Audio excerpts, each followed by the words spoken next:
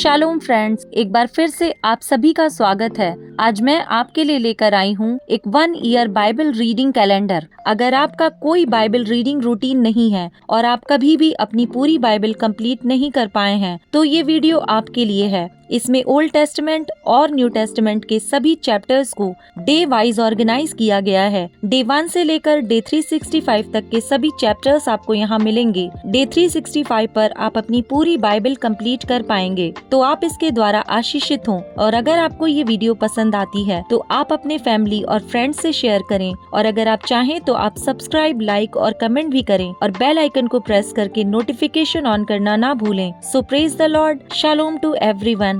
Let's get started. Day 132, chapter number 4, Elisha और एक विधवा। भविष्यद्वक्ताओं के चेलों की पत्नियों में से एक स्त्री ने एलिशा की दुहाई देकर कहा, तेरा दास मेरा पति मर गया और तू जानता है कि वह यहोवा का भय मानने वाला था, पर जिसका वह कर्जदार था वह आया है कि मेरे दोनों पुत्रों को अपने दास बनाने के लिए ले जाए। एलिशा ने उससे पूछा, मैं तेरे लिए क्या करूं? मुझे बता कि तेरे घर में क्या है। उसने कहा, तेरी दासी के घर में एक हांडी तेल को छोड़ और कुछ नहीं है। उसने कहा, तू बाहर जाकर अपनी सब पड़ोसिनों से खाली बर्तन मांग ले आ और थोड़े बर्तन ना लाना। फिर तू अपने बेटों समेत अपने घर में जा और द्वार बंद करके उन सब बर्तनों में तेल उंडेल देना और जो भर जाए उन्हें अलग रखना। तब वह उसके पास से चली गई और अपने बेटों समेत अपने घर जाकर द्वार बंद किया। तब वे तो उसके पास बर्तन लाते गए और वह उंडेलती गई। जब बर्तन भर गए तब उसने अपने बेटे से कहा, मेरे पास एक और भी ले आ। उसने उससे कहा, और बर्तन तो नहीं रहा। तब तेल रुक गया। तब उसने जाकर परमेश्वर के भक्त को यह बता दिया और उसने कहा, जा तेल बेचकर ऋण भर दे और जो रह जाए उससे तू अपने पुत्रों सहित अपना निर्वाह करना।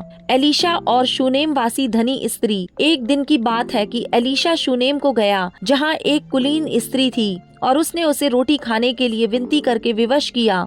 अतः जब जब वह उधर से जाता तब तब वह वहाँ रोटी खाने को उतरता था। उस स्त्री ने अपने पति से कहा, सुन, यह जो बार बार हमारे यहाँ से होकर जाया करता है वह मुझे परमेश्वर का कोई पवित्र भक्त जान पड़ता है। हम भीत पर एक छोटी उपरौठी कोठरी बनाएं और उसमें उसके लिए एक खाट, एक मेज, एक कुर्सी और एक दीवट रखें कि जब जब वह हमारे यहाँ आए तब तब उसी में टिका करे। एक दिन की बात है कि वह वहाँ जाकर उस उपरौठी कोठरी में टिका और उसी में लेट गया। और उसने अपने सेवक गेहजी से कहा, सुन, शूनेमिन को बुला ले। उसके बुलाने से वह उसके सामने खड़ी हुई। तब उसने गेहजी से कहा, इससे कह कि तूने हमारे लिए ऐसी बड़ी चिंता की है तो तेरे लिए क्या किया जाए? क्या तेरी चर्चा राजा या प्रधान सेनापति से की जाए? उसने उत्तर दिया, मैं तो अपने ही लोगों में रहती हूँ। फिर उसने कहा, तो इसके लिए क्या किया जाए? गेहजी ने उत्तर दिया, निश्चय उसके कोई लड़का नहीं और उसका पति बूढ़ा है। उसने कहा, उसको बुला ले। और जब उसने उसे बुलाया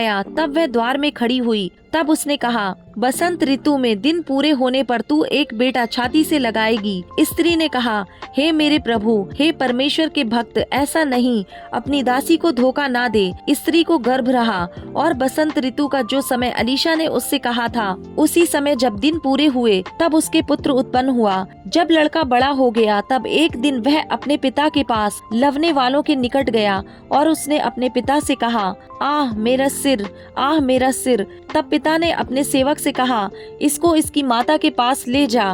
वह उसे उठाकर उसकी माता के पास ले गया। फिर वह दोपहर तक उसके घुटनों पर बैठा रहा, तब मर गया। तब उसने चढ़कर उसको परमेश्वर के भक्त की खाट पर लिटा दिया और निकलकर द्वार बंद किया। तब उतर गई। तब उसने अपने पति से पुकार कर कहा, मेरे पास एक सेवक और एक गधी तुरंत भेज दे कि मैं परमेश्वर के भक्त के यहाँ झटपट हो आऊं। उसने कहा, आज तू उसके यहाँ क्यों जाएगी? आज ना तो नए चांद का और न विश्राम का दिन है। उसने कहा, कल्याण होगा। तब उस स्त्री ने गधी पर काठी बांधकर अपने सेवक से कहा, हाँके चल और मेरे कहे बिना हाँकने में ढिलाई ना करना। तो वह चलते चलते करमेल पर्वत को परमेश्वर के भक्त के निकट पहुंची। उसे दूर से देखकर परमेश्वर के भक्त ने अपने सेवक गेहजी से कहा, देख, उधर तो वह शूनेमिन है। अब उससे मिलने को दौड़ जा और उससे पूछ कि तू कुशल से है, तेरा पति भी कुशल से है और लड़का भी कुशल से है। पूछने पर स्त्री ने उत्तर दिया, हाँ, कुशल से है। वह पहाड़ पर परमेश्वर के भक्त के पास पहुंची और उसके पांव पकड़ने लगी। तब गेहजी उसके पास गया कि उसे धक्का देकर हटाए, परंतु परमेश्वर के भक्त ने कहा, उसे छोड़ दे, उसका मन व्याकुल है, परंतु यहोवा ने मुझको नहीं बताया, छिपा ही रखा है। तब वह कहने लगी, क्या मैंने अपने प्रभु से पुत्र का वर मांगा था? क्या मैंने ना कहा था कि मुझे धोखा ना दे? तब एलीशा ने गेहजी से कहा, अपनी कमर बांध और मेरी छड़ी हाथ में लेकर चला जा। मार्ग में यदि कोई तुझे मिले तो उसका कुशल ना पूछना, और कोई तेरा कुशल पूछे तो उसको उत्तर ना देना, और मेरी यह छड़ी उस लड़के के मुंह पर रख देना। तब लड़के की माँ ने एलीशा से कहा, यहोवा के और तेरे जीवन की शपथ, मैं तुझे ना छोड़ूंगी। इसलिए वह उठकर उसके पीछे पीछे चला। उनसे पहले पहुंचकर गेहजी ने छड़ी को उस लड़के के मुंह पर रखा, परंतु कोई शब्द ना सुन पड़ा और ना उसमें कोई हरकत हुई। तब वह एलीशा से मिलने को लौट आया और उसको बतला दिया। लड़का नहीं जागा। जब एलीशा घर में आया तब क्या देखा कि लड़का मरा हुआ खाट पर पड़ा है। तब उसने अकेले भीतर जाकर द्वार बंद किया और यहोवा से प्रार्थना की। तब वह चढ़कर लड़के पर इस रीति से लेट गया कि अपना मुंह उसके मुंह से और अपनी आंखें उसकी आंखों से और अपने हाथ उसके हाथों से मिला दिए, और वह लड़के पर पसर गया। तब लड़के की देह गर्म होने लगी। तब वह उसे छोड़कर घर में इधर उधर टहलने लगा और फिर चढ़कर लड़के पर पसर गया। तब लड़के ने 7 बार छींका और अपनी आंखें खोली। तब एलीशा ने गेहजी को बुलाकर कहा, शूनेमिन को बुला ले। जब उसके बुलाने से वह उसके पास आई, तब उसने कहा, अपने बेटे को उठा ले। वह भीतर गई और उसके पांव पर गिर भूमि तक झुककर दंडवत किया, फिर अपने बेटे को उठाकर निकल गई। एलीशा के 2 और आश्चर्य कर्म। तब एलीशा गिलगाल को लौट गया। उस समय देश में अकाल था और भविष्यद्वक्ताओं के चेले उसके सामने बैठे हुए थे, और उसने अपने सेवक से कहा, हंडा चढ़ाकर भविष्यद्वक्ताओं के चेलों के लिए कुछ पका।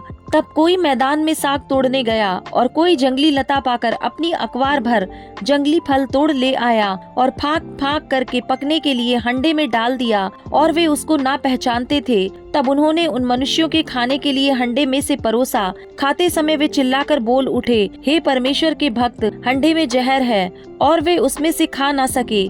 तब एलीशा ने कहा, अच्छा, कुछ मैदा ले आओ। तब उसने उसे हंडे में डालकर कहा, उन लोगों के खाने के लिए परोस दे। फिर हंडे में कुछ हानि की वस्तु ना रही। कोई मनुष्य बाल शालीशा से पहले उपजे हुए जौ की 20 रोटियां और अपनी बोरी में हरी बालें परमेश्वर के भक्त के पास ले आया। तो एलीशा ने कहा, उन लोगों को खाने के लिए दे। उसके टहलुए ने कहा, क्या मैं 100 मनुष्यों के सामने इतना ही रख दूं? उसने कहा, लोगों को दे दे कि खाएं, क्योंकि यहोवा यूं कहता है, उनके खाने के बाद कुछ बच भी जाएगा। तब उसने उनके आगे रख दिया, और यहोवा के वचन के अनुसार उनके खाने के बाद कुछ बच भी गया। चैप्टर नंबर 5, नामान कोढ़ी का शुद्ध किया जाना। अराम के राजा का नामान नामक सेनापति अपने स्वामी की दृष्टि में बड़ा और प्रतिष्ठित पुरुष था, क्योंकि यहोवा ने उसके द्वारा अरामियों को विजयी किया था। वह शूरवीर था, परंतु कोढ़ी था। अरामी लोग दल बांधकर इज़राइल के देश में जाकर वहां से एक छोटी लड़की बंदी बनाकर ले आए थे, और वह नामान की पत्नी की सेवा करती थी। उसने अपनी स्वामिनी से कहा, यदि मेरा स्वामी शोमरोन के भविष्यद्वक्ता के पास होता तो क्या ही अच्छा होता, क्योंकि वह उसको कोढ़ से चंगा कर देता। तो नामान ने अपने प्रभु के पास जाकर कह दिया, इज़राइली लड़की इस प्रकार कहती है। अराम के राजा ने कहा, तू जा, मैं इज़राइल के राजा के पास एक पत्र भेजूंगा। तब वह 10 किक्कार चांदी और 6000 टुकड़े सोना और 10 जोड़े कपड़े साथ लेकर रवाना हो गया, और वह इज़राइल के राजा के पास वह पत्र ले गया, जिसमें यह लिखा था, जब यह पत्र तुझे मिले तब जानना कि मैंने नामान नामक अपने एक कर्मचारी को तेरे पास इसलिए भेजा है कि तू उसका कोढ़ दूर कर दे। यह पत्र पढ़ने पर इज़राइल के राजा ने अपने वस्त्र फाड़े और बोला, क्या मैं मारने वाला और जिलाने वाला परमेश्वर हूँ कि उस पुरुष ने मेरे पास किसी को इसलिए भेजा है कि मैं उसका कोढ़ दूर करूँ? सोच विचार तो करो, वह मुझसे झगड़े का कारण ढूंढता होगा। यह सुनकर कि इज़राइल के राजा ने अपने वस्त्र फाड़े हैं, परमेश्वर के भक्त एलीशा ने राजा के पास कहला भेजा, तूने क्यों अपने वस्त्र फाड़े हैं? अब वह मेरे पास आए, तब जान लेगा कि इज़राइल में एक भविष्यद्वक्ता है। तब नामान घोड़ों और रथों समेत एलीशा के द्वार पर आकर खड़ा हुआ। तब एलीशा ने एक दूत से उसके पास यह कहला भेजा, तू जाकर यर्दन में 7 बार डुबकी मार, तब तेरा शरीर ज्यों का त्यों हो जाएगा और तू शुद्ध होगा। परंतु नामान क्रोधित हो यह कहता हुआ चला गया, मैंने तो सोचा था कि अवश्य वह मेरे पास बाहर आएगा और खड़ा होकर अपने परमेश्वर यहोवा से प्रार्थना करके कोढ़ के स्थान पर अपना हाथ फेर कर कोढ़ को दूर करेगा। क्या दमिश्क की अबाना और परपर नदियां इस्राएल के सब जलाशयों से उत्तम नहीं है? क्या मैं उनमें स्नान करके शुद्ध नहीं हो सकता हूँ? इसलिए वह क्रोध से भरा हुआ लौटकर चला गया। तब उसके सेवक पास आकर कहने लगे, हे हमारे पिता, यदि भविष्यद्वक्ता तुझे कोई भारी काम करने की आज्ञा देता तो क्या तू उसे ना करता? फिर जब वह कहता है कि स्नान करके शुद्ध हो जा, तो कितना अधिक इसे मानना चाहिए। तब उसने परमेश्वर के भक्त के वचन के अनुसार यर्दन को जाकर उसमें 7 बार डुबकी मारी और उसका शरीर छोटे लड़के का सा हो गया और वह शुद्ध हो गया। तब वह अपने सब दल बल समेत परमेश्वर के भक्त के यहाँ लौट आया। सुन, अब मैंने जान लिया है कि समस्त पृथ्वी में इज़राइल को छोड़ और कहीं परमेश्वर नहीं है। इसलिए अब अपने दास की भेंट ग्रहण कर। एलीशा ने कहा, यहोवा जिसके सम्मुख मैं उपस्थित रहता हूँ, उसके जीवन की शपथ मैं कुछ भेंट ना लूंगा। और जब उसने उसको बहुत विवश किया कि भेंट को ग्रहण करे, तब भी वह इनकार ही करता रहा। तब नामान ने कहा, अच्छा तो तेरे दास को 2 खच्चर मिट्टी मिले, क्योंकि आगे को तेरा दास यहोवा को छोड़ और किसी ईश्वर को होम बलि या मेल बलि ना चढ़ाएगा। एक बात यहोवा तेरे दास की क्षमा करे कि जब मेरा स्वामी रिम्मोन के भवन में दंडवत करने को जाए और वे मेरे हाथ का सहारा ले और यो मुझे भी रिम्मोन के भवन में दंडवत करनी पड़े,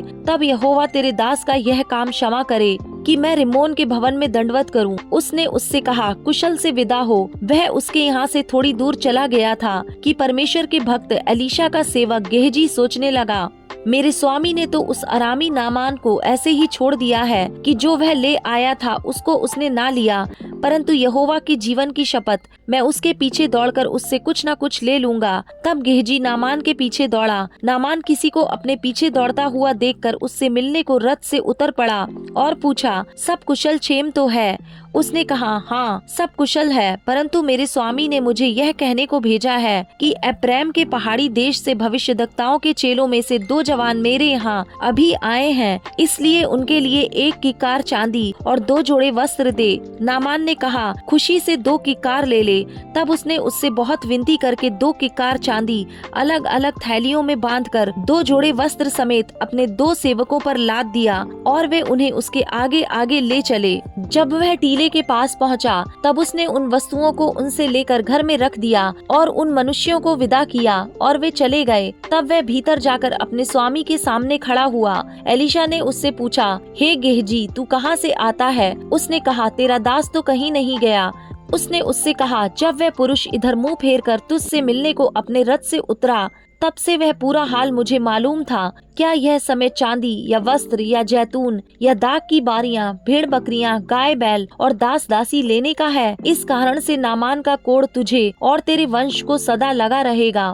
तब वह हिमसा श्वेत कोढ़ी होकर उसके सामने से चला गया। John chapter number 4 verse number 1 to 30। यीशु और सामरी स्त्री। फिर जब प्रभु को मालूम हुआ कि फरीसियों ने सुना है कि यीशु यूहन्ना से अधिक चेले बनाता और उन्हें बपतिस्मा देता है, यद्यपि यीशु स्वयं नहीं वरन उसके चेले बपतिस्मा देते थे, तब वह यहूदिया को छोड़कर फिर गलील को चला और उसको सामरिया से होकर जाना अवश्य था। इसलिए वह सुखार नामक सामरिया के एक नगर तक आया जो उस भूमि के पास है जिसे याकूब ने अपने पुत्र यूसुफ को दिया था, और याकूब का कुआं भी वही था। अतः यीशु मार्ग का थका हुआ उस कुएं पर यूं ही बैठ गया। यह बात 6 घंटे के लगभग हुई। इतने में एक सामरी स्त्री जल भरने आई। यीशु ने उससे कहा, मुझे पानी पिला, क्योंकि उसके चेले तो नगर में भोजन मोल लेने को गए थे। उस सामरी स्त्री ने उससे कहा, तू यहूदी होकर मुझ सामरी स्त्री से पानी क्यों मांगता है? क्योंकि यहूदी सामरियों के साथ किसी प्रकार का व्यवहार नहीं रखते। यीशु ने उत्तर दिया, यदि तू परमेश्वर के वरदान को जानती और यह भी जानती कि वह कौन है जो तुझसे कहता है मुझे पानी पिला, तो तू उससे मांगती और वह तुझे जीवन का जल देता।